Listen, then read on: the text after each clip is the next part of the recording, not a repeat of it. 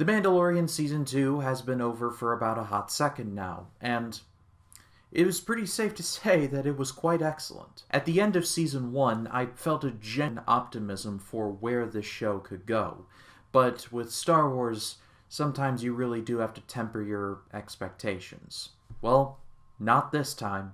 I keep seeing tweets and messages on various forums that says something along the lines of The Mandalorian is making Star Wars great again, and while I try and stay away from buzzwords like that, it's kind of hard to argue with that point. So with all of this in mind, I'm here today to rank every single episode of The Mandalorian Season 2.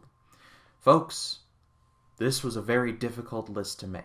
But I am very comfortable with where my ranking is, and so there's nothing left to do but just go ahead and do it, with a couple of caveats. Caveat number 1, these will not be reviews. I've already reviewed each individual episode, and that playlist will be linked in the eye in the right-hand corner if you are interested.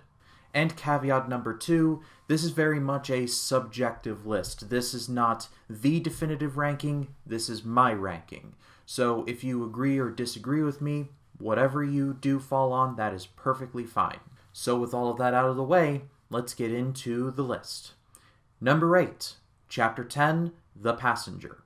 I liked every episode of this season. I thought they were all really good, but unfortunately, someone had to bring up the caboose, and well, that spot is reserved for Chapter 10, The Passenger. I felt like in general, the odd-numbered episodes were more story-based stuff, and the even-numbered episodes were more side-questy stuff. And if that is truly the case, then episode 10 feels the most like a side quest. I still had fun with the episode, though. There was quite a few moments where I felt genuine chills, both in terms of the horror elements, see some of the scenes that resemble Alien, to the moment where the New Republic arrives and helps Mando out. This is definitely the worst episode of the season, but in terms of the context of this season, it's still really good. Number 7, Chapter 12, The Siege. I feel a little bad ranking this episode so low because just the awesome fact that this episode was directed by Apollo Creed. Because at the end of the day, this was still a really well-made episode. The canyon chase alone is worth the price of admission, or worth a watch by itself. This just falls under the case of this is a really good episode in a season where the season is already very loaded. Number 6, Chapter 9, The Marshal. Again, I am heartbroken that this episode is so low on my ranking, because I'm just a Timothy Olyphant fan. What do you want me to say? On a bit of a side note, I do hope they at least bring him back in the Book of Boba Fett or Mandalorian Season 3.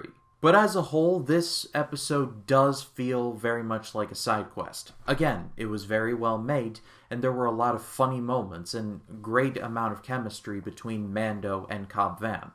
The biggest compliment that I can give to this episode is just how it pretty much set the tone for the rest of this season, and how, because of everything that happened, it's just gotten better and better. Number 5, Chapter 15, The Believer. Out of all of the episodes this season, this was by far and away the biggest surprise. I think it's the most underrated one of the bunch, both in terms of technical-wise and story-wise. I can still respect why people wouldn't like Bill Burr in a show like this. He is a very caustic personality, but I thought that he was a very welcome addition to the Star Wars canon, and he did a great job. Even if you don't like Bill Burr's involvement in this episode, there's still a lot to enjoy.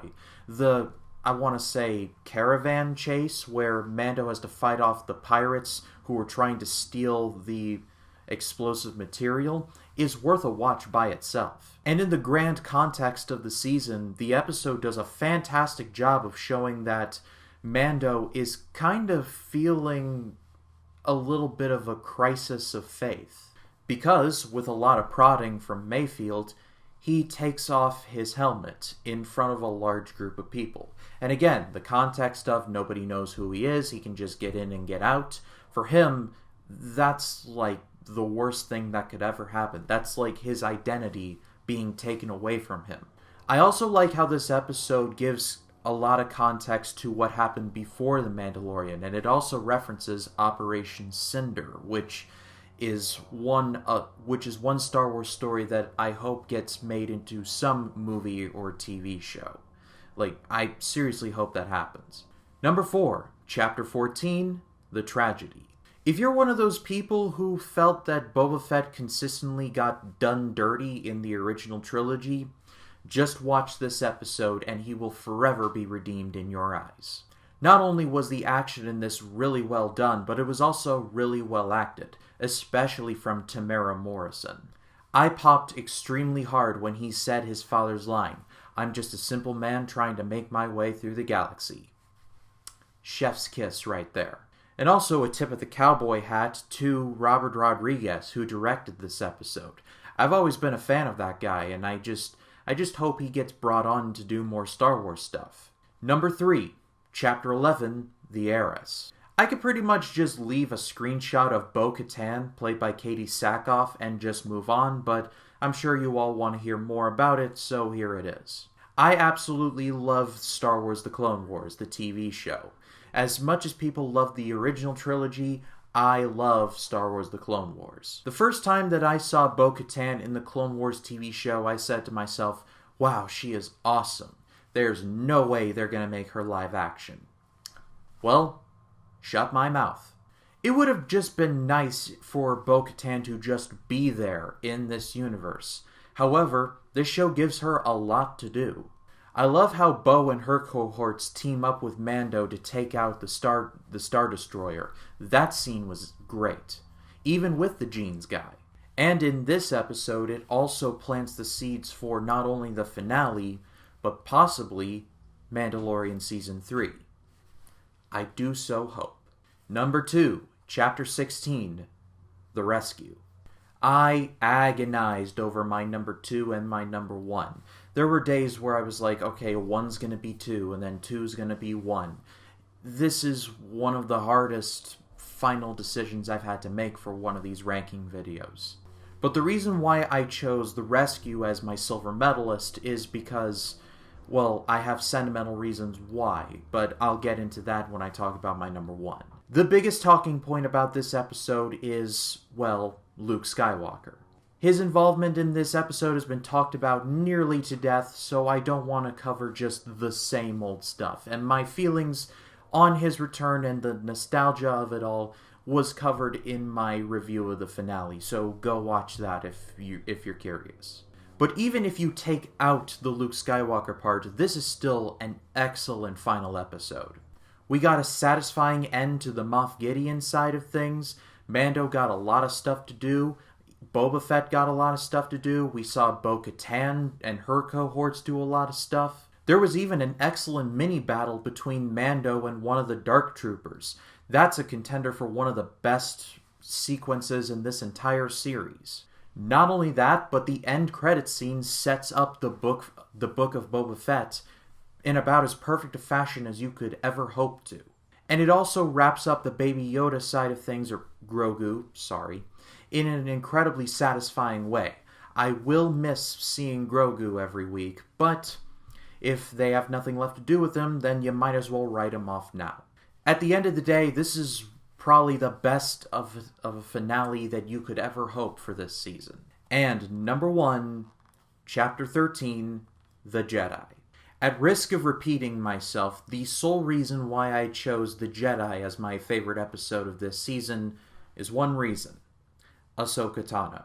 In a similar fashion to what I said about Bo-Katan, when I first saw Ahsoka Tano, I said to myself, she's awesome. They're never going to make her live action. And again, shut my mouth. Not only did they make Ahsoka Tano live action, but they made her awesome at the same time. Played brilliantly by Rosario Dawson. Please, I hope that they bring her back for Season 3 of Mandalorian. I know she's getting her own show, but I don't think I can wait that long. But again, even if you take out the Ahsoka part, The Jedi is the best episode of this season by a significant margin. By nearly every metric, the cinematography is on point, with several references to the Akira Kurosawa film Rashomon, but in the best way possible. There's a very intimidating villain played by Bruce Lee's actual granddaughter, and she and Ahsoka have an excellent fight. The chemistry between Mando and Grogu was always excellent, but was especially touching in this episode. As I said in my review of that, those two playing force catch with each other will never not be wholesome. And also, Michael Biehn, who's just like bacon. He just makes everything better by his presence alone. I believe that across the board, no matter what metric you want to measure, this is the best episode of Season 2. But now that Season 2 is officially under wraps, we can now focus on the Book of Boba Fett and Season 3 of The Mandalorian, which Jon Favreau confirmed are going to be two separate things. And I still have a lot of questions, but I'm still very excited. The same team that made The Mandalorian Season 1 and 2 are going to be behind the Book of Boba Fett.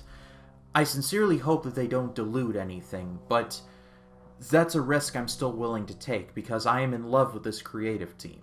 But that is all for me, guys. What did you all think of Season 2 of The Mandalorian? What was your favorite and least favorite episode? Leave it in the comments below. I'd love to read what you guys have to say about it. And I'm kind of feeling very in the mood to do rankings. So, to close out 2020, in lieu of my top 10 favorite and least favorite movies of 2020, I'm going to be releasing two of the biggest videos that I have ever made. And I'm going to be ranking all of the Pixar movies and all of the DCEU movies in honor of Soul and Wonder Woman 1984 respectively. But if you like this video, please be sure to leave a like, comment your thoughts down below, and if you like this video and you want to see more like it, hit the subscribe button and click the bell to allow notifications. That way when a new video drops, you'll be the first to know. My name is Ryan Cam, and this is The Way.